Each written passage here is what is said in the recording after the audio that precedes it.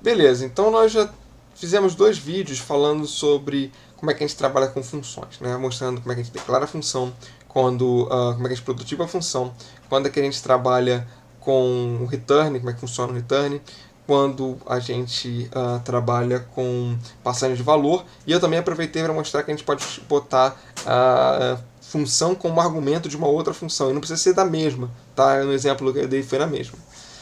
Muito bem. Um detalhe que eu esqueci de falar no último vídeo, né? Tô voltando aqui para falar, porque a gente vai acabar aproveitando esse mesmo código, então fica até melhor de explicar aqui. O tipo do return, né? Então aqui eu estou retornando inteiro, vai ser sempre definido pelo tipo da função, tá? Só lembrando isso, então aqui é a função int, então o meu tipo do C tem que ser int também para ser retornado um valor correto. Mas ok, o nosso trabalho agora é falar sobre escopo, tá? Então, o que é o escopo? Né? Algumas variáveis elas só vão ser entendidas dentro de uma função, outras só vão ser entendidas dentro de uma outra função, e outras vão ser lidas pelas duas funções.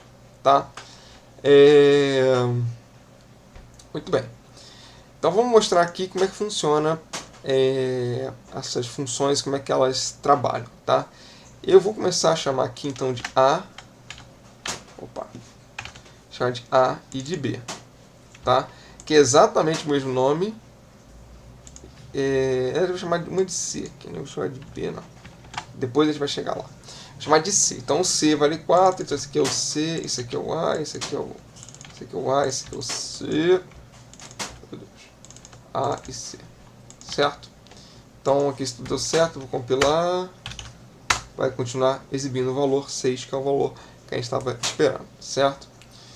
Muito bem, então continuando aqui, né, o que eu quero mostrar agora não é mais o valor das variáveis, eu quero mostrar a posição de memória. E para mostrar a posição de memória, eu boto esse E comercial na frente, que a gente vai aprender bem melhor sobre esse comercial na nossa próxima aula. Tá? Ok, então vamos lá, eu quero então aqui, né, lembrando que não é bom a gente colocar numa função um printf, a não ser que seja a função tenha necessidade de colocar o printf na função, né? Mas como eu estou aqui fazendo apenas um exemplo, eu posso colocar. Ok, então vamos lá. Eu quero colocar aqui vou colocar aqui, eu vou chamar de C2, tá? Só para a gente diferenciar, %d barra n e comercial C. Tá, então o que eu estou pedindo para exibir, tá? E eu vou até comentar esse cara aqui. Eu não quero mais ver qual é o valor que está guardado ali dentro. Eu quero ver a posição de memória, tá? Vou compilar, ele vai me dar o warning avisando justamente que algumas coisas. O que ele me avisou? Primeiro que eu estou lendo uma posição de memória e estou escrevendo ela como tentando escrever ela como um inteiro, tá? E aí, enfim, eu vou ignorar isso porque eu sei que eu estou querendo justamente é isso que eu estou querendo. Estou querendo ler a posição de memória. Aí ele fala para a gente colocar o ls aqui, mas isso não vai nos ajudar nesse exato momento. E aí ele fala que tem que a variável sum está sem uso, tá? Mas se a gente não utilizar sum, a gente posso até fazer isso aqui. Não. Beleza, está reclamando. Eu quero ver a posição de memória. Então já compilei, é só executar ./função. E aqui está. Na verdade eu posso até fazer isso aqui agora, né? Só para a gente ficar um pouco na ordem do que a gente está acostumado. Ficar um pouco mais intuitivo. Legal, então o que acontece? A nossa variável A da função main, tá? Que é aqui, ó, a main, ela, nossa, virou a main. Enfim, a nossa variável A da função main, ela tem está na posição reservada pelo nosso sistema operacional, que no caso aqui eu estou usando Linux, na posição aqui 154 milhões, 497, final 36, certo? Esse cara aqui está na posição 40. E esse C2 aqui, né, que é o C da minha função soma, ele está na posição 08. Então, só nisso a gente já consegue ver o seguinte: as variáveis estão em posições totalmente diferentes no nosso programa, na nossa memória. Então, se estão totalmente diferentes na posição da nossa memória, elas são variáveis completamente diferentes, certo?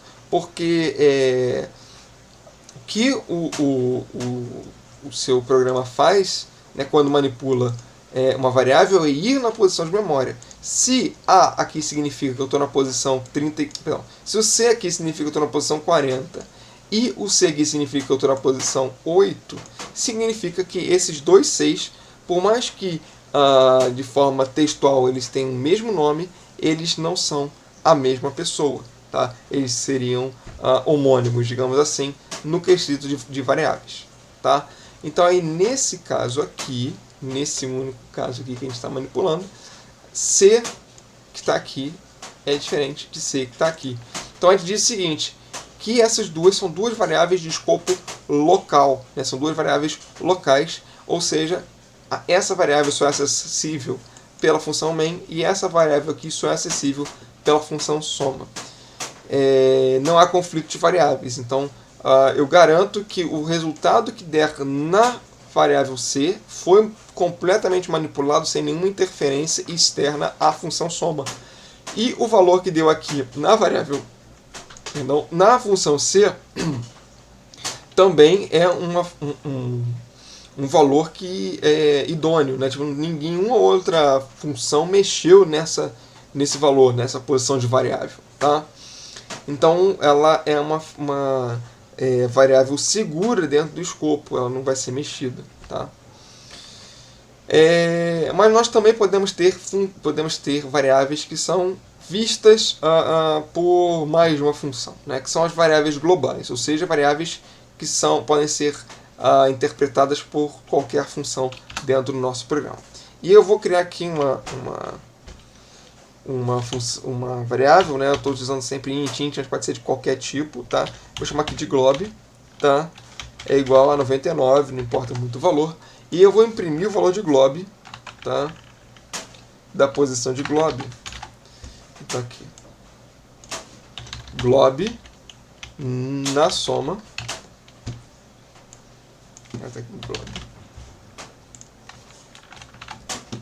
E eu vou mandar imprimir aqui glob na main.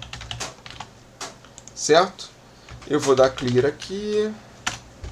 Ele vai reclamar justamente daquela questão de posição, de você só se não reclamou de mais nada. Não, ele está reclamando que eu estou imprimindo com um tipo errado. Não com um tipo errado, um tipo que não é bem o que ele estava esperando. Né? Mas, como eu falei, é o que a gente quer mesmo. E aqui tá, olha só. Vejam que a variável aqui na posição A, inclusive, no C ele tem essa característica, né? Não sei se vocês, até se vocês quiserem fazer esse teste, se vocês estiverem utilizando o Windows, no Linux tem essa característica bem interessante de que a posição de memória, eu posso rodar várias vezes, a posição de memória que ele está me mandando, ele vai alternando, é diferente. Eu não vou exatamente para a mesma memória. Tá? Eu estou pegando um monte de posições de memória diferentes cada vez que eu executo o meu programa. No Windows eu já percebi que quando você roda várias vezes o mesmo programa, às vezes acontece dele chamar exatamente a mesma posição. E aí você fica sempre chamando a mesma posição. Isso deve ser alguma otimização do sistema operacional Windows, porque já tem a informação lá, essa informação já está lá e não precisa escrever. Né? Não quer dizer que o Linux seja pior nisso, é só uma forma de gerenciar que um gerencia diferente do outro. Né? Isso faz as diferenças de um sistema operacional para o outro. Uma outra característica também que eu achei interessante, que eu não sei explicar, é que às vezes o valor que vem aqui é negativo. E eu não sei se isso aqui é um overflow. Né? Pode ser um overflow que ele está dando, mas para efeito de comparação, pra gente, eu vou ignorar se deu overflow ou não deu overflow. né? Então com certeza foi overflow. Com certeza foi overflow. Porque aqui a posição de memória que ele botou foi 1 bilhão 430 e o int, o máximo que vai o máximo que a gente vai é justamente 2 bilhões 247 milhões. Então, certamente que foi um overflow que ele deu. Mas eu não vou corrigir isso, porque pra gente o que importa é que o número que está dando aqui é diferente, né? E aí se der overflow ou não der overflow, eles seriam diferentes do mesmo jeito, tá? Então vamos lá. Aqui no caso, então, nessa posição de memória que ele deu aqui, a gente viu que o A, que está sendo lido na função main, o C, que está lido na função main, e o C2, né, a função C, o variável C, que está sendo lido na função soma, são de posições de memória diferentes. Mas a variável glob na soma e o glob no main está sendo alterado está sendo alterado a posição dos dois é idêntica, tá vendo? A posição é exatamente a mesma nos dois, tá? Essa posição de memória aqui 1 bilhão e tal, ok? Então tem essa característica da gente da gente quando colocar a variável global, ela é acessível pelos dois. Como ela é acessível pelos dois, ela pode ser alterada pelos dois, como eu vou mostrar agora, tá? Eu vou chegar aqui, e vou dizer o seguinte, glob, eu não posso, né, eu posso declarar a variável glob aqui também, mas eu vou mostrar isso daqui a pouco, tá? Glob é igual a menos 1000, tá? E aí eu vou chegar aqui, então o glob começou valendo 99, aqui dentro da main eu coloquei que ela vale 1000, e aqui eu vou colocar aqui glob vale 3. E aqui eu vou mandar imprimir %d/n glob. E aí nós vamos ver o seguinte, o que vai acontecer aqui, tá? Ele vai chegar aqui, primeiro vai salvar na posição de glob o valor 99, depois ele vai chegar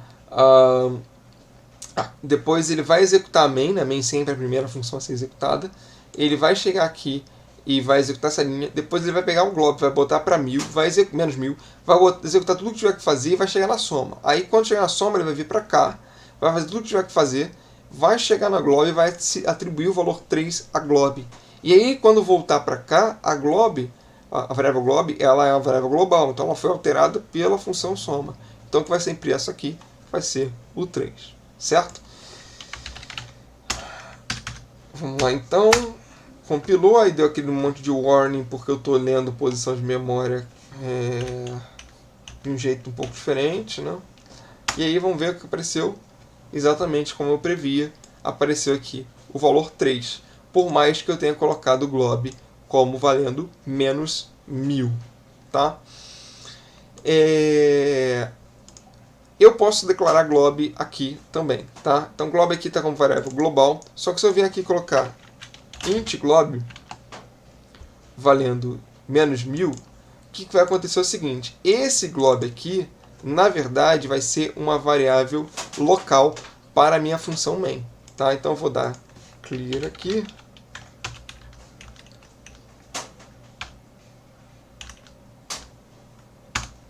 Mandei executar e olha que interessante. Agora ele imprimiu menos 1000. Por que ele imprimiu menos 1000?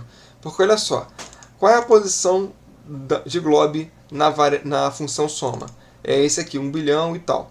Qual é a função, a posição de memória de glob na função main? É essa posição aqui, né, com o overflow que a gente já discutiu sobre isso. Então aqui, o glob está na posição 36, vamos chamar de posição 36, e na main ele está na posição 48, tá? Então são posições de memória completamente diferentes. Se são posições de memória completamente diferentes, são variáveis completamente diferentes, tá? Por mais que ela tenha o mesmo nome. Então aqui glob ela é global e ela é acessível pela variável soma e por qualquer outra variável, qualquer outra função que eu venha a declarar nesse meu código, ok? Mas ela tem essa restrição aqui dentro, glob, ela é apenas uma variável local, uma outra variável local que por acaso eu chamei com o mesmo nome da variável global que eu coloquei aqui. certo? Queria falar... Tá.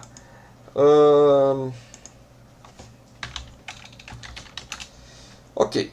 Agora, então a gente já falou de variável global, né, que é acessível a qualquer variável, qualquer função, que é de variável de escopo global. Falamos de variável de escopo local, que é acessível por qualquer vetor, por qualquer função, acessível apenas dentro da própria função, certo? E agora ficou faltando falar dos parâmetros formais, certo? O que são os parâmetros que a gente recebe aqui, tá? Ok. Primeiro, eu vou querer então, ao invés de imprimir aqui posição de... Eu vou além de... Aí vai ficar uma chuva de...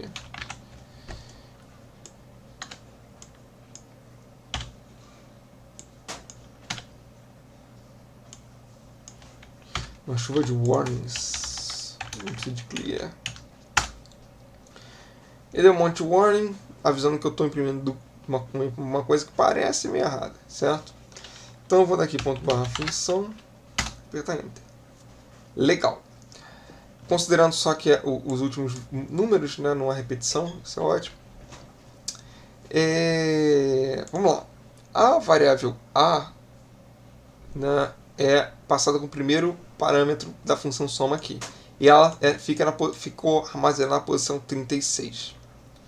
A variável C ficou na posição 32.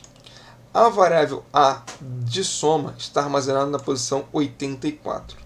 E a variável B de soma está armazenada na posição 88. Então o que a gente pode concluir através disso? Né? O que os parâmetros formais são para uma função que a recebe, né? que tem? É como se fosse uma variável local, correto? Então, A e B também são tratados como variáveis aqui dentro, tá? De escopo local. Tá? Então, a única variável que eu tenho que pode ser acessada por qualquer função é a variável global, que no nosso caso aqui é a glob. As outras todas são de escopo local. Então, se eu chegar aqui... Cadê? Vou criar uma variável aqui, vou chamar aqui de t igual a 9. Tá? E vier aqui e mandar imprimir print f %d barra n t, e eu vou apagar tudo aqui para a gente limpar um pouco essa tela, certo? Clear. E ele vai justamente falar o seguinte, olha só, ele falou que t não foi declarado, né?